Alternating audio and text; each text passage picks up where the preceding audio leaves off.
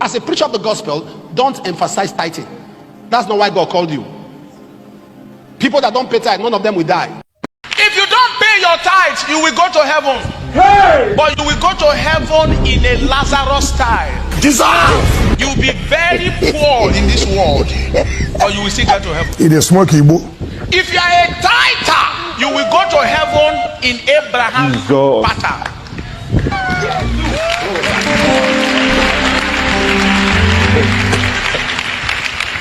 There are two ways you can go to heaven. Lazarus went to heaven, but he went to heaven as a poor man. He went to heaven, his body was already eaten up with worm. There were sores all over his body. But the same Abraham went to heaven. Look at the history of Abraham. And Abraham was old and well stricken in age. And the Lord had blessed Abraham in all things. How many things? How many things? How many things? So did Abraham did not go to heaven?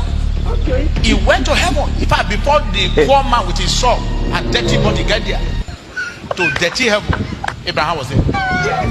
Oh my God. Even in heaven, he wasn't given a good place. He was at the bosom of Abraham. Bosom is like a bushwater of a house. Some ministers will not stop amazing me.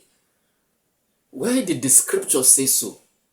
That if you don't pay tithe as a child of God, you go to heaven, or you will live a life like Lazarus? Where did the scripture say so? There is no place the scripture said that if you don't pay tithe, you will live like Lazarus in the bosom of Abraham. Was it tithe that make Abraham make heaven, and he was in a place that Lazarus has to be in his bosom? That is misinterpretation of scriptures. That is not what the scripture is saying. When you read the whole content of what that message is saying, it's not talking about paying tithe or not paying tithe.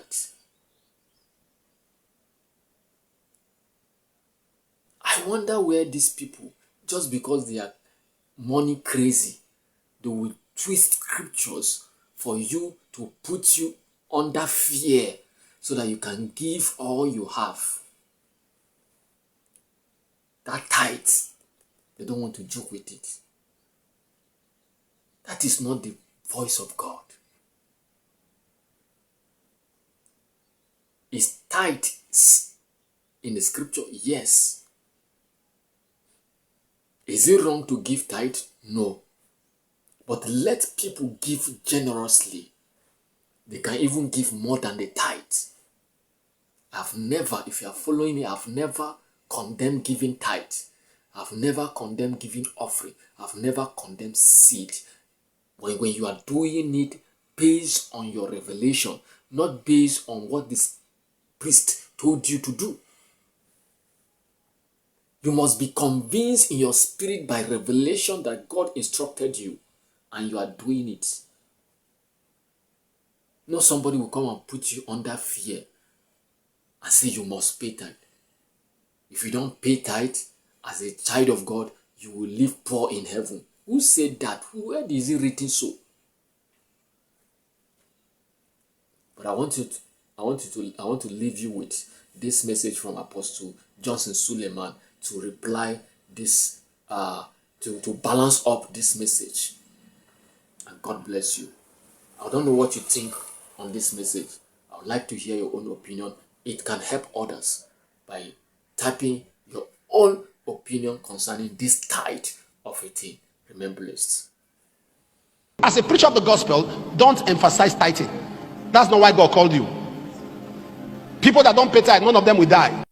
Don't threaten people that they don't pay tithe. This will happen to them. Nothing will happen to them.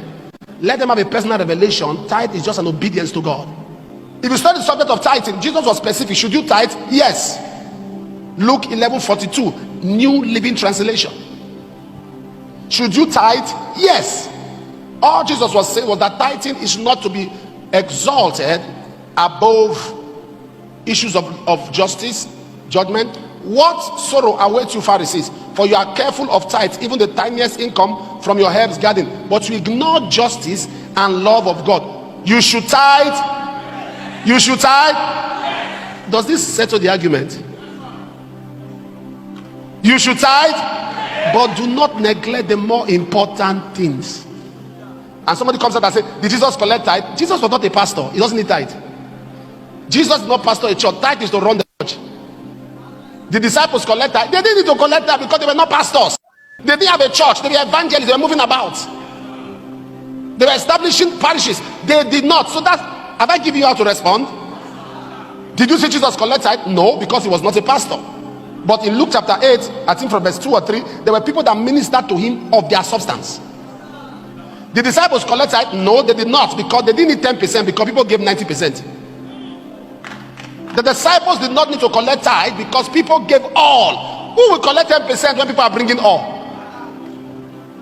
The disciples did not collect tithe because the people, the church at that time, gave all they had. Why will you emphasize 10% when people are giving all? Don't let all this nonsense fool you. People like to use a narrative. They use scripture now as a tool. The Bible has become a tool. You deploy it. You, as a preacher of the gospel, don't emphasize tithing. That's not why God called you. People that don't pay tithe, none of them will die. Don't threaten people that they don't pay tithe. This will happen to them. Nothing will happen to them. Let them have a personal revelation. Tithe is just an obedience to God. Now, how many of you have had preachers of the gospel, when they are explaining the Bible or scripture, they say in those days, the Levites of those days, have you had statements like that? That when people offer sacrifices, or Levites of those days, especially when they are talking about the subject of tithing, right?